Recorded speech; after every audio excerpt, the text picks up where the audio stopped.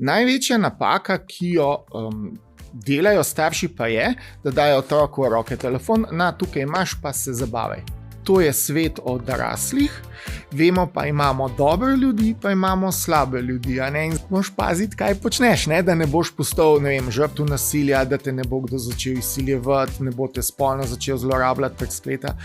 Če otrok pride do vas in pove, da zdaj me pa nekdo izsiljuje za nekaj, ne mu telefona vzeti. Ne mu preprečiti dostopa. Zakaj? Ker ko se mu bo naslednjič kaj takega zgodilo, ne bo več prišel povedati, ker bo kaznovan. Ne? Dom je varno okolje. Telefon je okno v svet. In skozi to okno lahko ljudje kukajo noter k nam. In če nam gre tukaj nekaj narobe, recimo da otrok rata žrtev nekega nasilja, rata žrtev nasilja v svoji sobi, v najbolj varnem delu doma.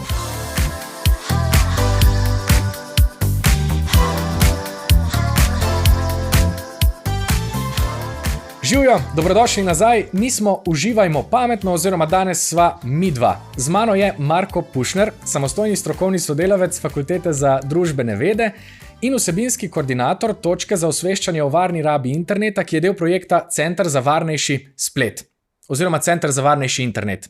Tako je. Sicer pa se že kar nekaj časa od študentskih let profesionalno ukvarja s področji, ki jih bova danes odpirala in so na tak ali drugačen način povezane s preventivo, ko govorimo o digitalnem življenju oziroma življenju na spletu. Mislim, da se obeta zanimiva debata, tako da upam, da se nama boste pridružili. Živjo, Marko. Živjo.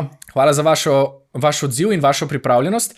Jaz se veselim tem, ki jih bova odpirala, mislim pa, da je dobro, da začneva počasi na začetku. Najprej bi rad, da nagovoriva starše.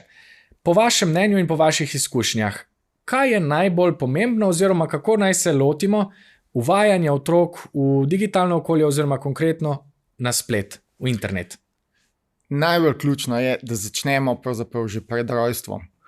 Tako zgodaj. Najprej moramo sebe ozavestiti, moramo sebe naučiti, oziroma moramo kot starši znati prepoznavati določena tveganja, ki jih splet predstavlja. Mogoče najbolj pomembno spoznanje za vsakega starša, po mojem mnenju, je, da splet ni varno okolje za otroke. To je to in iz tukaj izhajamo. In seveda potem, jaz temu rečem vzgoja za internet, naj teče pravzaprav od tistega trenutka, ko se otrok prvič sreča z napravo zasloni, običajno je to telefon, pa neke YouTube risanke, in ne traja, zdaj se bo slišal malo dolga, tja do 18. leta oziroma do polnoletnosti. Seveda je treba razumeti, da pač prilagojeno glede na starost, da se pač ne bomo z otrokom starim 17 let in pol pogovarjali na enak način kot in o istih zadevah kot recimo z dvoletnikom. Ampak to je ključno. In zakaj je ključen ta dolg razpon? Zato, ker s tem skozi sama razvoj otroka, kot se njemu razvijajo možgani, kot on se uči življenja, čisto preprosto povedano, kot pridobiva izkušnje, tudi konec koncev z internetom, ga mi počasi vpeljujemo v ta svet. Jaz pravim takole, ko sem bil jaz majhen, pa ni bilo še interneta, da se razumemo, ampak recimo, kako sta mene starša učila hoditi po cesti. Mislim, najprej seveda sem hodil z staršema, pa z babico, pa je bilo treba pa v šolo iti. In sta ta prvi dan šla z menoj, pa sta mi razložila, lej, tukaj poglej levo, desno, pazi, kako prečkaš cesto, pazi na avtomobile in tako dalje. In sta me naučila. Največja napaka, ki jo delajo starši, pa je, da dajo otroku v roke telefon, tukaj imaš, pa se zabavaj.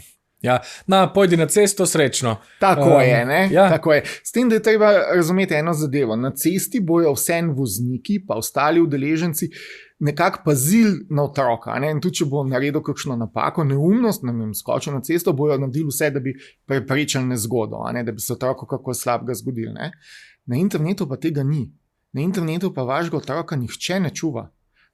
Ne samo to, marsikdo ga je celo pripravljen namensko izkoristiti. Na eni strani so to lahko ta multinacionalke, na drugi strani so pa naprimer razni predatorji, spolni predatorji, recimo, če grem v drugo skrajnost. In to so stvari, ki jih pravzaprav nas odraslih ni tega noben učil, sploh tistih, ki izviramo iz časa pred internetom, recimo tam pred letom 95, ko se je naprimer bolj začel pojavljati v Sloveniji. In seveda nimamo znanja, in zdaj mlajši starši, ki so, te, ki recimo zdaj postajajo mladi starši, imajo že nekaj izkušenj, ne? In sem prepričan, da jim je veliko lažje. Ne? Vprašanje pa je, če se zavedajo vseh pasti, ker v bistvu ta vzgoja, že tudi za mlade, v zvezi z internetom se je začela tam 2005, 2006 šele, in to je bilo v bistvu prav z našim projektom kot safe.si tukaj, ne? In mi smo rabili veliko časa, da smo naredili preboj in moram reči, da recimo tam nekje od leta 2015, 2016, 2017 opažamo, da se na vseh področjih veliko dogaja, kar se tiče preventive na področju staršev, na področju mladostnikov, ki je zelo pomembna, ne? Pri učiteljih, ne? Mi smo dolgo imeli težavo, ker učitelji niso bili zainteresirani za te teme in so se tako, joj, to pa ni zame, ne? Kaj to neke novosti, ne? Zdaj so to usvojili, zdaj zadnjih, mislim, že v predkoronskem času, tam 2018, 2019, so se začeli za to zanimati in ne razumejo, zakaj je to pomembno, da se o tem pogovarjamo. In tudi kot splošno družba smo zdaj seveda pod motivacijo različnih dogodkov, ki se dogajajo na spletu, smo začeli se o tem tudi pogovarjati. Se to zdaj vidimo vsak dan. Kako pa se je ta dikcija spremenila recimo v 10-15 letih? Rekli ste leta 2005-2006. O čem se je sploh takrat govorilo o varni rabi interneta v primerjavi z danes? Ker jaz si ne predstavljam te velike razlike, po mojem. V bistvu cel ta projekt Centrov za varnejši internet, ki je v bistvu evropski projekt, in so po vsaki državi je svoj center za varnejši internet, v bistvu osnova je izhajala iz nekih dogodkov v Belgiji in pa na Nizozemskem vezanih na spolne zlorabe otrok prek interneta. Namreč preko interneta so se začeli deliti posnetki spolnih zlorab otrok. In to je bila v bistvu prva zadeva, ki se je začela naslavljati okoli tega in potem se seveda zelo hitro izkazala, da niso problem samo te posnetki, ampak da je problem tudi pri komunikaciji, tudi pri komunikaciji preko IRC-a, recimo, preko SMS-ov in to, da je nasilje. In seveda potem z široko, z razširjen, ko so se družbena omrežja razširila, se je seveda tle odprla, lahko rečem, kar Pandorina skrinjica, skratka, to je potem izbruhnilo. Najprej seveda s pojavom Facebooka, kot prvim takim bolj sprejetim, prej smo imeli Netlog pa MySpace, ampak prav zelo se to sploh med mladimi v Sloveniji še ni uporabljalo. Facebook je bil prvi tak in pa seveda pojav poceni pametnih telefonov, ker to, ko imaš ti pametni telefon, ki je v bistvu orodje, ki ti omogoča danes več kot so ti računalniki 2005, bistveno več, z njim imaš dostop do vsega, kar je na spletu, v bistvu digitalen svet. In ja, s tem so se tveganja pojavljala in potem smo skozi čas ugotavljali, kaj je novega. Recimo za nas so zelo pomembne delavnice, vsi delavnice, ki jih po osnovnih in srednjih šolah izvajamo, in tam dobimo neposredno informacije od mladih, kaj se jim dogaja. Ker ena izmed glavnih izzivov, ki jih imamo, je nasplošno, da mladi nočejo odraslim razlagati, kaj se dogaja. Zato, ker si mislijo, si vi odrasli pa nimate pojma, vi pa ne veste, kaj je to. Ni sicer to res, ampak tak občutek imajo. In tukaj mi dobimo skozi te pogovore z njimi, ko se odprejo in včasih, moram reči, da včasih so to zelo tragične zgodbe, slišimo, včasih so tudi kakšne smešne zadeve, seveda, se marsikaj dogaja, vsekakor se pa vidi, splošno pa je, da jim manjka znanja in predvsem kako se zaščititi na spletu, kako paziti na to in da potrebujejo to in da se v bistvu o tem želijo pogovarjati. In to je mogoče izhodišče za starše. Starši, dajte se več pogovarjati s svojimi otroki o tem, kaj se jim dogaja na internetu. Ampak kako naj tak pogovor recimo začnem? Ne morem kar priti do otroka pa reči, kaj se ti kaj dogaja na internetu. To je lahko zelo, jaz si predstavljam, da potem to mladega odbije ali pa celo jaz delujem morda netakten ali pa kot da nimam pojma. Kaj pa so potem vi verjetno tudi kot rečemo ena tretja neobremenjena oseba, morda celo lažje stopite v stik z mladimi? Ja, definitivno. Naši izvajalci, ali pa tudi če grem jaz na šolo, mislim, veliko lažje z njimi pogovarjamo. Prvič smo nekdo zunanji, nismo učitelj, smo bolj zanimivi, pa še zanimivo temo pridemo. Zdaj, seveda, kar se staršev tiče, je tako. tisti starši, ki, tako kot sem rekel na začetku, od majhnega peljejo nek zaupanja vreden odnos, mislim, da se zdaj malo tako sliši, ampak nek odnos, odprt odnos, kjer se pogovarjajo z otrokom, kaj se mu dogaja na spletu, od majhnega, ga usmerjajo, pa to ne bojo imeli problema s tem pogovorom. To tudi vidimo, tudi mladi nam povejo, da kakšni imajo super starše, da se z njimi res pogovarjajo vsem, kar je na spletu, o vsebinah, kar se jim dogaja. Ne. Seveda je pa problem, pa je, če se ti pravzaprav nikoli nisi z otrokom o tem pogovarjal, zdaj bi se pa začel, ko je star 14 let. Ja, to bo pa precej težko. Ampak vseeno, treba je izkazati malo zanimanja. Recimo, kaj pa, ne vem, če je otrok na telefonu, kaj pa počneš, kaj pa je zanimivega, a mi lahko pomagaš, a mi lahko pokažeš, ne vem, pa mogoče, če starši nimajo računa na TikToku, naprimer, dajte vprašati svojega sina ali pa hčerko, ki ima, pa da je seveda dovolj star, govorimo več kot 13 let, da vam pomaga, pa imamo tako eno super izhodišče za pogovor. TikTok, kaj dogaja na TikToku, poleg vseh neumnosti, ki so gora, seveda, in tako naprej, se je tudi kaj zanimivega. To je izhodišče in na tak način bi se dal. Ja, to je super. V bistvu je lahko tudi skupen vstop v kakšne svetove, ki jih odrasli morda ne poznamo na tak način, lepo izhodišče, ne? Tako je. Kaj bi pa sicer še svetovali kot fine sestavine v družinskih pogovorih o recimo spletu?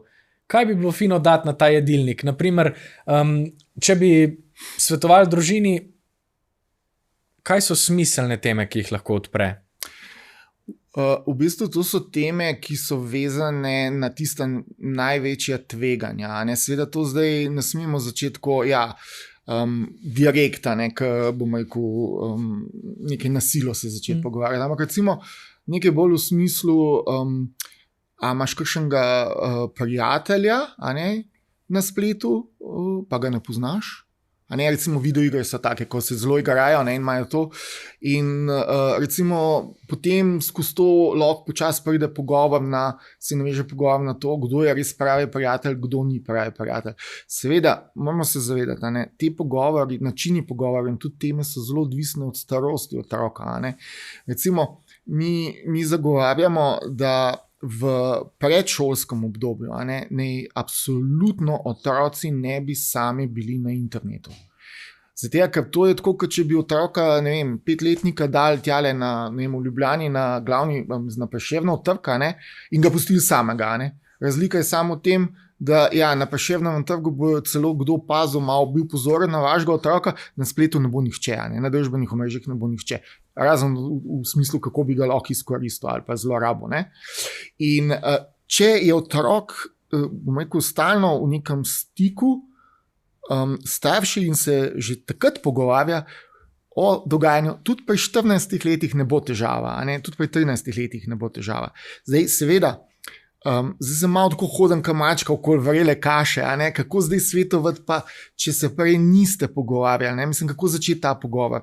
Ja, to bo pa težko, zato, ker če ni tega zaupanja, če nimate vzpostavljenega tega zaupanja z otrokom, da se vam odpre, da tudi konec koncev pride do vas, pa vam pove, da ga nekaj muči na spletu, da nekaj ne ve, kaj ne naredi, potem bo težko, pol je treba to na nek, bom rekel, tak prijazen način začeti izkazovati zanimanje in potem pripeljati v te teme, ki so pomembne. Mislim, da recimo najslabša bi bila, sem prepričan, da se dogaja, ko so starši recimo na vseh predavanjih, pa slišijo, tam marsikaj slišijo, tudi kakšne, bom rekel, zelo neprijetne zadeve, in pol pa vdevkajo domov in so vsi iz sebe in pač, ker niso poznali, so šokirani malo in potem na silo se hoče nekaj z otrokom pogovarjati. Tako pomeni, se bo otrok steno postavil, se zaprl in bo rekel, pa se ti nimaš pojma, kaj se dogaja na spletu, ti sploh ne veš, kaj je internet. A veste, in to je problem. Pač treba je, tukaj mora pač vsak sam najdati nek način. Tako kot recimo, tudi če se preko slej se treba začeti recimo o spolnosti pogovarjati, pa je to tudi tema, ki jo marsikdo težko načne. Mislim, da splet bo lažje načeti, ker vse ni tako, bom rekel, taka bolj to ni žgečkljiva tema, to je v bistvu resna tema. Ja, in všeč mi je ta to stopnjevanje le-te, se pravi, lahko se o njej pogovarjamo na različne načine, oziroma celo otroke lahko uvajamo v splet kot okolje, ki ima svoje zakonitosti in ki je lahko nevarno. In sočasno tudi zelo zanimivo, in tudi zelo ustvarjalno. Se vemo, recimo Roblox kot okolje za ustvarjanje videoiger je lahko že tam za mlajše otroke, recimo govorimo o osnovne šole, prvi del osnovne šole, je lahko zelo zanimiv kot okolje, ki je lahko svojo kreativnost izrazil. Minecraft je podobna zgodba, je tudi za mlajše, v bistvu dejansko je narejen za mlajše tudi. In lahko spodbuja kreativnost. In to so te dobre zadeve. Treba je, tako kot v vseh stvarih, ko otroke vpeljujemo v svet interneta, je treba jih vpeljevati v tiste pozitivne stvari in pokazati, da to ni samo zabava, ampak da to je vir informacij, da je telefon kot naprava močno orodje, ki se ga da na super načine uporabljati, ampak treba je pa paziti, to je svet odraslih, vemo pa imamo dobre ljudi, pa imamo slabe ljudi, in zdaj, če boš naletel na slabe ljudi, na spletu boš zelo hitro naletel, moraš paziti, kaj počneš, da ne boš postal, žrtev nasilja, da te ne bo kdo začel izsiljevati, ne bo te spolno začel zlorabljati prek spleta.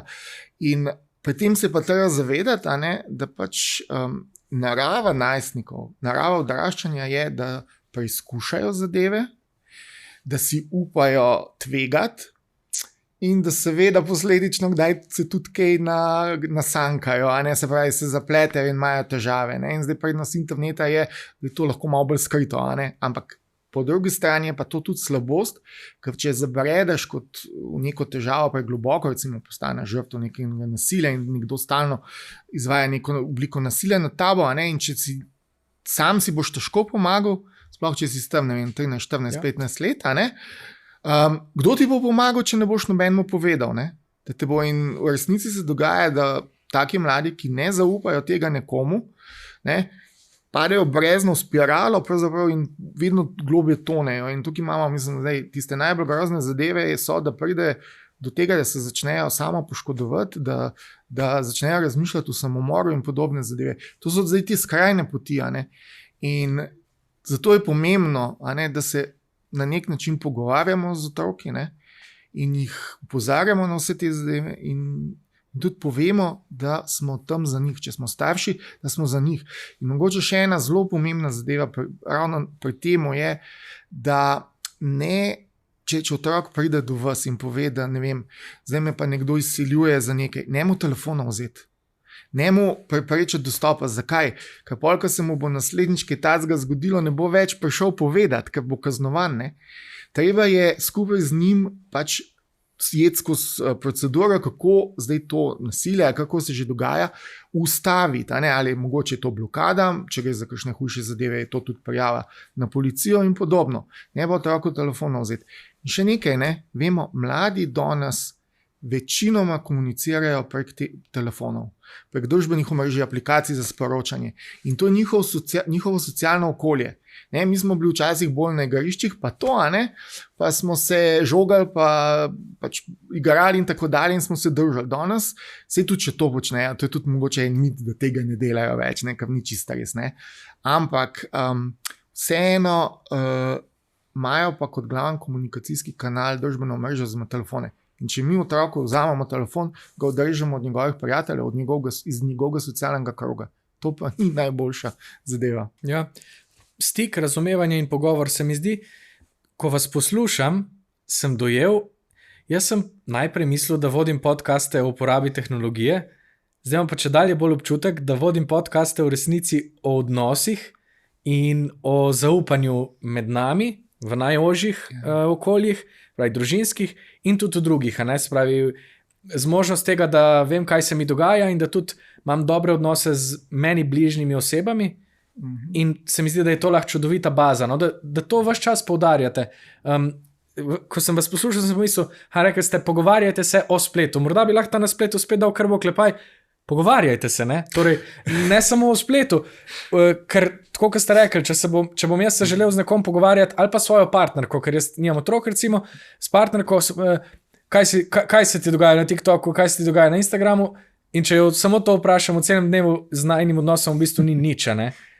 Če pa imamo midva trden odnos, pa lahko govoriva o čemerkoli, o TikToku, ali pa o tem, kako se počutva v danem trenutku in tako, ne?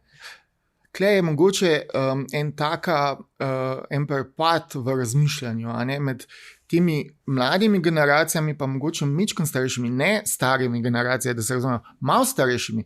Govorimo o teh, ki še niso bili rojeni v obdobju družbenih omrežij. Zdaj, mogoče zdaj tisti 2000, a ne, ki so, recimo, ne. Tlej je ena razlika, a ne.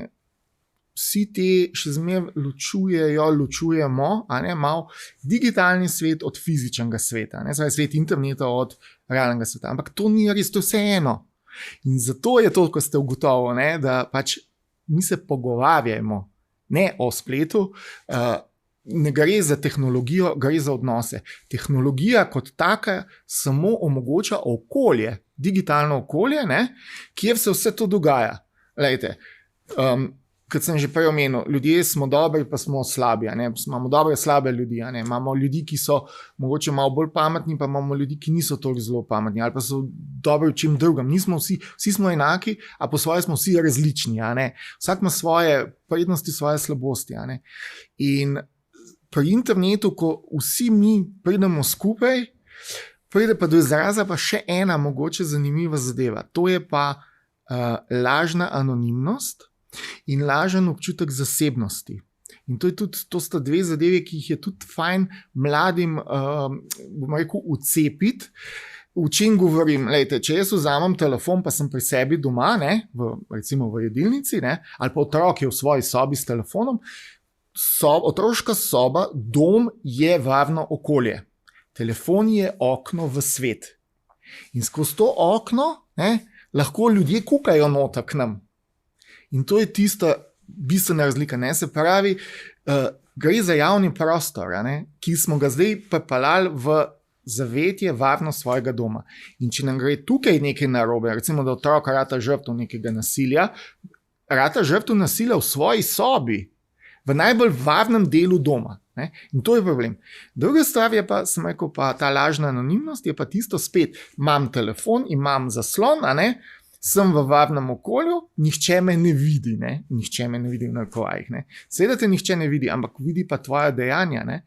In posledično, ne, si pač mi, zato ker mislimo, da nas nihče ne vidi, si upamo več. In seveda, s to pravimo, ne, dostakrat tudi, ko sprašujemo mlade, pa tudi, če se z odraslimi pogovarjamo, ali si pripravljen, ne vem, tisto, kar mogoče grdega napišeš pod en komentar, pripravljen si to človeku v živo v oči povedati. Večina bo rekla ne. Mogoče kakšen bo rekel, da ja, ampak dobro. To je pač posebna zgodba, ampak večina bo rekla, da ne. In to je to. In zdaj se moramo mi zavedati, ne? Mi otroka spustimo v to okolje, kjer vsi ljudje upajo bistveno več slabega, kot bi si v resnici, nimamo toliko zavor. In druga stvar, gre za javen prostor, ki je pravzaprav otrok lahko sreča kogarkoli, ne? Pa da se razumemo, govorimo o celemu planetu Zemlja, ne o Ljubljani ali pa ne vem, Karanju, ne vem, Kungoti ali kaj podobnega, neki mehni, manjšem okolju, ne? Ampak cel svet, ne? Prej ste omenjali recimo igro Roblox ali pa Minecraft, ne? Dali ste jo kot primer, naprimer, okolja, kjer lahko nekdo izraža tudi svojo kreativnost. Ampak, če si jaz zdaj predstavljam spet, da sem starš, ki ne pozna dobro te igre, pa zdaj slišim, Roblox je lahko cool, zdaj otroku rekel, to je Roblox, zdaj se igraj, ali naj bom potem spet občasno z njim, pa spremljam, kaj se dogaja, spremljam komunikacijo, kak naj se pa tega lotim, ne morem pa ves čas bdeti nad njim in zdaj opazovati vsako stvar, ki jo naredi, ali pač? Pač okay. do nekje do prve triade osnovne šole. Okay. Skratka, res v obdobju, v predšolskem obdobju, do nekje sredine ali pa do konca prve triade, otroci ne bi bili sami v teh odprtih javnih okoljih internetnih, in na internetu. To pomeni tudi YouTube, ne. Zakaj ne? Ker YouTube tudi če se uporablja YouTube Kids, ki je namenjena, še vedno lahko priporoča neko vsebino, ki za otroka ne bo primerna. In se bo zgrozil. In jaz, recimo, en primer, ki mi ga je en kolega povedal, ki se njegovu otroku, pa njemu zgodil, sta skupaj gledala neke YouTube risanke in je bila, tudi sam ni vedel, ker se ni vnaprej pogledal. In je bila neka risanka, fant je bil star, mislim, da 5 let, in je bila neka risanka, kjer je neko mesto bilo, pa so se avtomobili vozili in podobno, in potem je prišla neka zelena pošast in začela vse razbijati. In njegov sin se je tega tako prestrašil, da je rekel, da sta imela 1 uro pogovora po tem, zakaj je zdaj prišla ta zelena pošast, pa vse začela razbijati. Paste, 5-letniku je bilo to šokantno in nekaj grozljivega, in v bistvu travma. In sta pač razčistila, in oče, kar je bil zraven, je to videl in je zadevo rešil na licu mesta, takoj. Seveda, ena taka risanka enemu 7-8-letniku bi bila pa smešna, pa ne rabi. In to je tisto, kar hočem poudariti. Niso vse vsebine, ni vse, kar je na voljo, primerno za vsako starost.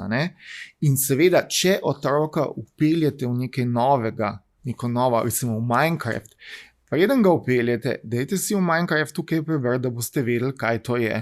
Pogledati mogoče, kaj so neka tveganja, ki jih prinaša, ker tudi Minecraft ni čist brez tveganj, da se razumemo, so tudi kar hude zadeve se dogajale, recimo. Tako, prav tako na Robloxu. Roblox je še bolj, ja. Marsikaj. Tudi tam. In tudi z otrokom se potem igrajte noter, se tudi koncev, zakaj se ne bi odrasli malo zabavali. Včasih je fajn videti, da si malo se po otroško počutiš. Zakaj ne bi tega izkoristil, pa se še držal s svojim sinom ali hčerko, seveda. Tako da, ja, dajte to in pol, ko vi vidite, da je recimo igra, jo spoznate, vidite, kaj so mogoče pasti, na kaj treba paziti, na kaj morate pa zapravo vi kot starši biti pozorni, potem pa lahko otrokom malo samo čez ramo kukate, vsake toliko cajta, kaj se mu dogaja. Pa seveda ga sprašujte, kaj si pa danes ustvaril v Minecraftu ali pa Robloxu. To je to. Ja. Ni zdaj, seveda najstniku, če smo pol malo kasneje, ne bomo mogli gledati čez ramo, pa tudi konec najstnik je že lahko bolj zrel. Ampak res do tam sredine prve triade osnovne šole, pa res ne bi smeli otroci biti sami. Tudi na YouTubeu ne. Zanimivo, super, da ste omenili tudi YouTube, ker marsikdo najbrž YouTube sploh ne smatra zares kot odprto spletno okolje, ki tudi je, lahko ima komentarje, v redu, spet pri YouTube Kids so zaprti, ampak algoritem pa lahko priporoča karkoli, če prav selekcionirano. Se mi zdi, da pozabljamo, da na spletu ponavadi ni urednikov ali pa ni take vsebinske presoje, kot smo jo navajeni pri kakšnih starejših medijih. Ja. In zelo dobro ste povedali, da je tu ves svet. Na to sem tudi prvič pomislil. In sploh danes v obdobju generatorjev besedišča, se pravi umetne inteligence, pa res lahko skoraj da nekdorkoli z nami že komunicira v našem jeziku.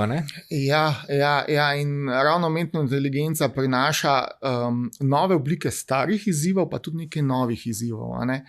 In mogoče, če tukaj bolj gledamo na starše, eden izmed takih izzivov je, ki se je na novo pojavil, je, da vas v narekovajih vaš otrok pokliče po telefonu in prosi za pomoč. Je pa to dejansko navijeno z umetno inteligenco, z govorom. Se pravi, tukaj pa prideva zdaj zelo hitro do tega, kaj mi objavljamo na spletu. Ker umetna inteligenca, pač ta orodja, se učijo iz vsebin na spletu, ki so dostopne na spletu, družbenih omrežjih, spletnih straneh, pa tudi kakšne zadeve, ki bi pravzaprav mogle biti zaprte, pa so uspeli priti do njih in imajo mogoče več teh zadev, gradiv za učenje, kot si bi mi sploh želeli, oziroma si sploh predstavljamo.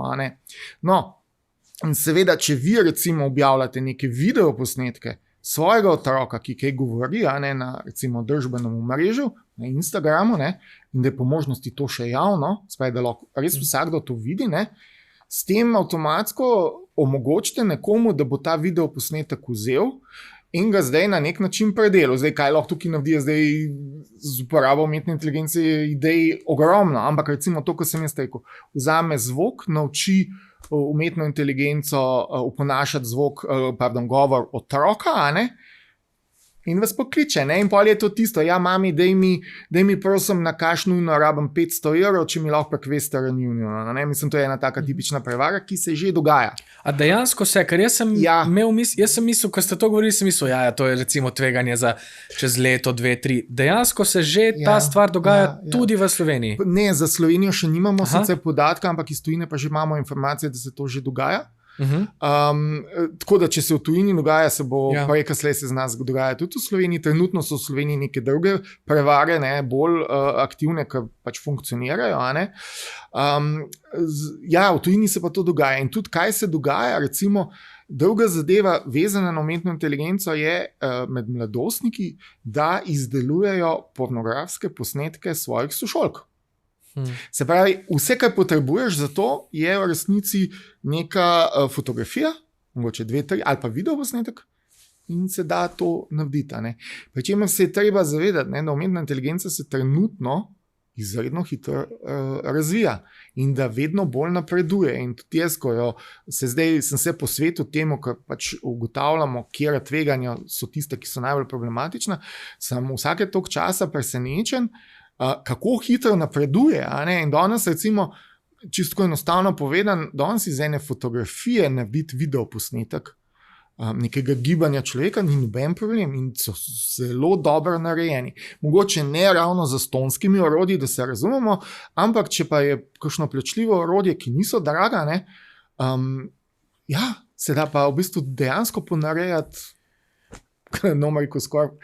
skoraj karkoli. A ni pa zaenkrat še kakšnih varoval na mestu, že v samih orodjih, ali pa kako pa se ta orodja soočajo potem s temi potencialnimi zlorabami? Ali je to še odprto vprašanje, ki ga zdaj nekako vsi skupaj razčiščujemo? Tukaj je zgodba zelo podobna, kot je bila pri družbenih omrežjih, ko so se pojavljale. Se pravi, šlo je za to, da so ustvarjalci, avtorji, ponudniki dali neko platformo, ki je tukaj vam na voljo, zastonj ali pa plačljivo, pač odvisno, in zdaj jo vi uporabljate. So dali neka pravila uporabe, ki so bila zelo ohlapna, potem pa se vemo, kaj se je začelo dogajati, spletno nasilje. In tukaj je zelo podobna zgodba.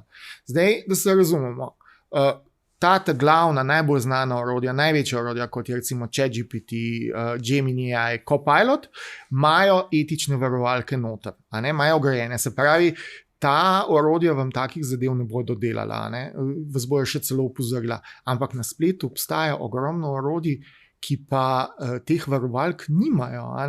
In je čisto enostavno, narediti neko, v bistvu bomo rekel, nedovoljeno oziroma kaznivo fotografijo. Recimo posnetek spolne zlorabe otroka. Govorim o goli sliki mladoletne osebe. To se jo da na spletu narediti. In to nam predstavlja zelo velik izziv, in tudi jaz to malo spremljam, pač te orodja in vidim, da se pojavljajo, pa zginevajo. Se pravi, ko nekdo, jih pa začne opozarjati ali pa jih celo mogoče skuša spraviti pred sodišče, ukinejo vse skupaj. S tem, da ne pozabiti, da pol imamo tu še temni splet, ki je pa dejansko čisti divji zahod, kjer ni nobenih pravil, kjer se pa najde vse, oziroma skoraj vse, sploh pa take stvari, ki niso dovoljene. Kako potem, rečemo, mlade, pa tudi sebe usmerimo v smiselno rabo? Kaj naj bo to naše vodilo, da pa dejansko orodja, ki so nam na voljo, uporabljamo za pametne reči? To bom pa zdaj tako rekel, temu se reče etična uporaba. A smo mi toliko etični, da znamo to uporabljati res samo v dobre namene? Je pa res, da, oziroma drugače, da ne uporabljamo v zle namene, bo bolj pravilno. In da res smo kreativni na pozitiven način, ne uporabljamo to za nasilje in podobne stvari. Seveda pa vemo, smo taki in drugačni ljudje, kar so že prej debatirala, in je problem. In recimo, če grem na mlade, mi se moramo tudi zavedati, če govorimo o najstnikih, da se najstniki dostikrat ne zavedajo, da izvajajo neko nasilje. In da recimo mogoče, da naredijo neko predelajo neko fotografijo in jo z umetno inteligenco spremenijo, da sošolka, bom rekel, naredi neke smešne gibe, in se potem seveda novčujejo iz tega in komentirajo, in seveda to je nasilje, ne, nad sošolko, sploh če ona to ni dovolila in ni sprejemljivo, ni ok. In jim je treba to povedati, ker dostakrat se pravimo, tako primer se izkaže, da ja, to sem naredil samo v hecu, to sem se šalil, ne, rečejo, v resnici to rečejo, ne. In to tudi učitelji poročajo, ko rešujejo te incidente. Ne. In potem sem otroku predstavi, najstniku predstavi, da v bistvu to je pa nasilje, dej postavi se v kožo in potem je šokirana, ne, in se res tole pa ni v redu. Ne. In potem razume, ne, tudi mlade, in to pa je ne samo vloga staršev, tudi pravzaprav vzgojna vloga šole, je, da jih naučimo, kaj je pravzaprav nasilje, pa kaj smemo delati, pa kaj ne smemo delati. Ne. Ja, mogoče pa v tem primeru govorimo o razliki z našim starim svetom, ne? Ker se lahko nasilje kaže drugače ali pa škodoželjnost ali pa to, da nekomu škodimo, drugače kot mogoče v analognem svetu. Ja. Vseeno pa je rdeča nit še vedno enaka. Ja. Tako, kot ste rekli, če se postavim v kožo drugega, bom zelo hitro ugotovil, ali sem bil proti njemu mogoče zelo nameren, nasilen, ali pa mu na tak ali drugačen način škodujem. Če bi morali, zdaj to je nehvaležno vprašanje, izpostaviti eno stvar trenutno iz vaših izkušenj zdaj, rečemo iz terena zadnjega pol leta, kaj bi svetovali učiteljem, učiteljicam za debato v šolah? O čem lahko govorijo, o kateri temi? Je morda umetna inteligenca ta, ki se je vredno posvetiti, ali kaj drugega? Ne. Umetna inteligenca je zdaj zelo zanimiva. Zato, ker je popularna, ker se res hitro razvija in ker nas preseneča s tem, kaj zmore. Ne, nasilje je tisto. Spletno nasilje, zato ker to pa že dlje časa opažamo, lahko rečem že kar nekih 6-7 let, da mladi normalizirajo nasilje. A res, ker jaz pa bi rekel, moja izkušnja mladih je pa, da so danes veliko bolj občutljivi na sovražni govor ali pa nasilje. Ali je to bolj zabloda? So občutljivi, ampak te blažje oblike normalizirajo, se pravi žalitve. Nesramne komentarje. In zakaj? Če se jih vpraša, bojo povedali, zato ker je tega tako veliko. In pol tudi rečejo, ja, ne, si to ni nasilje, ne. Pol pa jih vprašaš, pa te zaboli, ko prebereš žaljiv komentar. Ja, je nasilje. In tle imamo dejansko velik problem in to nas pa skrbi, skrbi nas ne samo za mlade, ampak za celotno družbo, ker če mi dopuščamo blažje oblike nasilja, koliko smo daleč od tega, da bomo dopuščali, da bo nekdo po ulici hodil mimo tebe, pa te bo klofutno po obrazu. Ne? Mislim, je to sicer velika razlika, kljub samo, ampak zdaj je to te blažje oblike, pač žalitve, kaj bo pa jutri, kaj bo pa čez 2 leti, kaj bomo dopuščali. Problem je, in to je tudi pri mladih opažamo, da se zelo neradi na nek način soočajo z nasiljem. Pa ne mislim v tem, čisto enostavno povedano, ja, ga vidijo, jih moti, ne vejo pa kaj narediti. Zdaj, sej določeni se pač postavijo proti, pa se z nasilno že pogovorijo, pa tako naprej, ampak veliko je pa takih, ko nasilje izvaja nekdo, ko ga ti ne poznaš in se v bistvu ne moreš z njim pogovoriti. Lahko je čist nek naključen nasilnež na družbeno mrežo naleti nate oziroma ti nana, pa ti potem začne zdaj, neke nesramne komentarje stalno pisati ali pa ti celo pošiljati kakšne neprimerne slike in podobno. In kaj zdaj narediti? Ja, družbeno mreže v osnovi imajo opcijo takih profilov, takih posameznikov in tudi objav prijaviti, da jih prijaviš. Ampak le se pa zatakne. Mladi so to delali, mi smo jih stalno tudi o tem, smo jih motivirali na delavnicah, smo jim to razlagali, pa so prijavili, pa se ni nič zgodilo. In to je pa pol tisto. Se pravi, pa imamo pa to, kaj zdaj jaz naredim, jaz sem prijavil, pa se ni nič zgodilo, saj noben tega ne upošteva.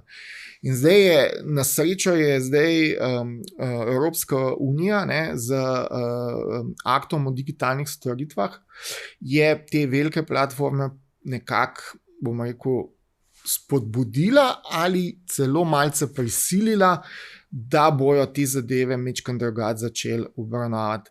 Zdaj zadeva je dosti sveža, ker je lansko leto šele začela funkcionirati, avgusta je stopilo to v veljavo in so še neka prehodna obdobja pa to in bomo prvo videli, kaj se bo zgodilo. Zaenkrat prav zelo pozitivnih informacij mi od mladih nažalost še nimamo, a ne? Je pa res, da tudi komisija je že pred sodišče spravila 2 giganta prav zaradi teh neupoštevanja prijav in pa zaradi zasvoljivih elementov na družbenih omrežjih. Super, ker tudi sam sem že izgubil upanje nad temi prijavami, ampak samo še blokiram, naprimer, ne, da torej onemogočim tistemu profilu, da nadaljuje s tem, kar počne, ampak to ne pripelje do nobene razrešitve. V bistvu jaz sem se na nek način ubranil, ampak ta profil gre lahko naprej ali pa kakorkoli. Ne? In lahko širi še več negativnih informacij, naprej pa pol niti ne veste, da jih širi v vas. Mislim, kam ne vidiš več, nekaj blokira. Ne? Tako da blokada v resnici ni vedno najboljša rešitev. Boljša rešitev je, da se na nek način skuša ta spor rešiti. Zdaj treba pa tukaj ločiti 2 zadevi. Vi ste odrasli, je to malo drugačna zgodba. Hipotetično, ne? Ja, okay. Je malo drugačna zgodba, kot recimo pri najstnikih. Ker pri najstnikih je največ medvrstniškega nasilja. Se pravi, se med seboj poznajo. Pri odraslih je tega medvrstniškega nasilja relativno malo in dostakrat so to neki ljudje, ki jih pa zapravo v resnici ne poznaš in pol je tukaj blokada mogoče res najboljša rešitev, ker kaj češ narediti, sploh če je nekdo iz tujine. Pri mladih imamo pa največ celo znotraj razreda ali pa znotraj šole, pa znotraj tega socialnega okolja, v katerem se giblje. Kar pomeni, da je veliko lažje te zadeve reševati z nekim pogovorom, z mediacijo, ki jo lahko šole izvajajo. Super. Se pravi, dejansko spet v fizičnem okolju. Zdaj ločujem, ampak rekli ste, balkane je to postalo eno, ne? Ja. Ampak če je težava res med vrstniki, se lahko tam tudi rešuje. Absolutno. In v preteklosti je bilo tako malo, govorim nekaj let nazaj, je bilo malo odpora strani šol, češ, lejte, to ni stvar šole, če se nekaj dogaja na Instagramu ali pa Facebooku še takrat, to ni naša stvar, to je prosti čas učencev. Ampak kaj se je pol zgodilo? Pol pa je, se pravi, spor se je začel recimo na družbenem omrežju, ja, pol so ga prinesli pa v šolo, pa so se v šolo recimo stepli na hodniku, in je kar naenkrat v šola upletena in je mogla pol reševati v bistvu hujšo situacijo. No in s časoma so to dejansko ugotovili, da je to tako in danes mislim, da ni več šole, ki se ne bi s tem ukvarjala. Se pravi, tudi če pride do spora na družbenih omrežjih ali videoigrah ali kaj podobnega, da so to učenci njihove šole ali pa celo sosednjih šol, dejansko se lotijo reševanja, ker se zavedajo, da če ne bojo imeli samo še hujše incidente v šoli. To pa res zanimivo, ker jaz razumem ta pomislek in celo se mi zdi ne tako neutemeljen v smislu, kako naj zdaj rešujemo nekaj, kar se dogaja na spletu, ampak vidim pa zdaj prednost tega ali pa smisel tega. Pa morda ne samo šole, saj tudi starši vejo, kaj so neki družabni krogi, lahko se dogaja tudi mogoče v kakih krožkih ali pa celo v nekih izvenšolskih skupinah. Športne aktivnosti, recimo, tam imajo seveda vlogo trenerji, pol, če so neke če smo recimo v glasbeni šoli, seveda učitelji glasbene šole, odvisni od okolja, ker spet večinoma gre za neke konflikte med ljudmi, učenci, najstniki, ki se med seboj poznajo. Če je pa zdaj nekaj zunanjega, nekdo, ki ga pa ni del tega socialnega kroga, tisti je pa pol mogoče malo bolj zapletena zadeva, za reševati. Pa spet, zakaj je prišlo do konflikta? A je dejansko obstaja nek konflikt med vpletenima, da se poznate, da ste se skregala, čisto enostavno povedano, pa si zdaj, bomo rekel, malo nagajata, ali gre za nekega naključnega nasilneža. Če gre za naključnega nasilneža, pa je mogoče, blokada edina smiselna rešitev. Seveda bi pa tukaj upozoril, kadarkoli je otrok žrtev spletnega nasilja, naj se shrani dokaze In če gre potencialno za kaznivo dejanje, ker v določenih primerih lahko gre, naj se to tudi prijavi na policijo, da se bo potem pač policija s tem naprej ukvarjala. Tukaj, predvsem, kjer je treba res policijo vplesti, je, kadar gre za gole posnetke mladoletnih. Ker to, da ti poseduješ sliko golega otroka, mlajšega od 18 let, da se razumemo, je pravzaprav že kaznivo. Da pa to posreduješ naprej, si pa ravno tako. In kle se v bistvu, tako bom rekel, tukaj ni teh zlorab na tak način. Tako zelo veliko tudi recimo drugih oblik spletnega nasilja, ampak so in žrtve so tukaj običajno najbolj prizadete v teh primerih. In kle res ni debate. Če govorimo o nekih goloti posnetkih spolnih zlorab otrok, to je stvar za policijo. Ja, in zato je tudi dobro, da o tem govorimo. Čeprav, kot ste rekli, številčno to ni najbolj pogosta, vseeno je fino, da odpiramo te teme in širimo zavest o njih. Ja. Najlepša hvala za super debato. Prosim bi vas še za eno zaključno misel, ki bi povzela morda to, o čemer sva govorila, ali pa vaše misli ta hip, da se posloviva od gledalcev in gledalk, poslušalcev, poslušalk, spremljevalcev, spremljevalk, kjerkoli že gledate tole, kar se dogaja. Jaz bi takole rekel, ne glede na to, da je na spletu veliko teh slabih stvari, veliko nasilja pa to, je splet in vsa ta tehnologija neko pozitivno okolje, ki nam marsikaj dobrega lahko prinese, nam omogoča kreativnost, tudi spoznavanje drugih ljudi, drugih kultur, ampak po drugi strani pa moramo znati vse to uporabljati etično in pa na pravilen način. In mislim, da to je ključna zadeva. Se pravi, dajmo vso to tehnologijo uporabljati v dobre namene, v kreativnost in pa na etično nesporne načine. Hvala. Uživajmo pametno. Bodite z nami še naprej, naročite se na kanal ali pa na podcaste, če nas poslušate, ali pa delite to vsebino z drugimi, če so se vam zdele zanimive. Se vidimo!